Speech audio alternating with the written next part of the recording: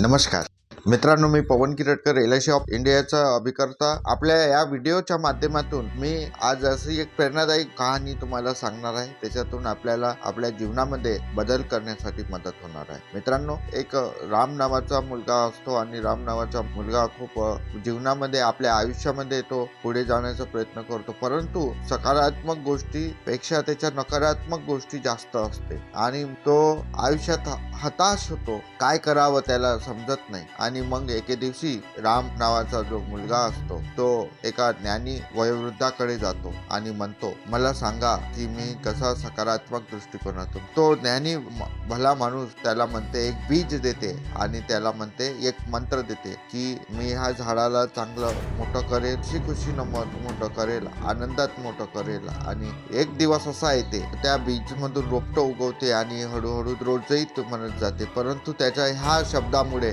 झाडाची तर छान वाढ होते, त्याचसोबत त्याच्या जीवनामध्ये बदल सुद्धा होत असते. तर जीवनात सकारात्मक विचार आणि सकारात्मक बोलण्याने त्याच्या जीवनामध्ये पूर्ण नकारात्मक जी शक्ती असते, ऊर्जा असते, ती बाहेर जात असते. तर मित्रांनो, पण आपल्या जीवनामध्ये नकारात्मक गोष्टी विसरून रोजही सकारात्मक विचाराकडे गेले पाहिजे. त्याचा परिणाम जो असते हा एका छोट्याशा बीजासारखा, तो परिणाम दिसून येत नाही, परंतु जेव्हा वटवृक्ष कल्पवृक्ष होत असते त्यावेळी त्याचा परिणाम भला मोठा दिसत असते. तर मित्रांनो, हा व्हिडिओच्या माध्यमातून सर्वांना सांगायचं आहे की आपण सर्वजण सकारात्मक बोला, सकारात्मक विचार करा. चढ उतार आयुष्यात येत असते, परंतु त्याला याचा सामना करता आला पाहिजे. तोच व्यक्ती मोठा होत असतो. धन्यवाद.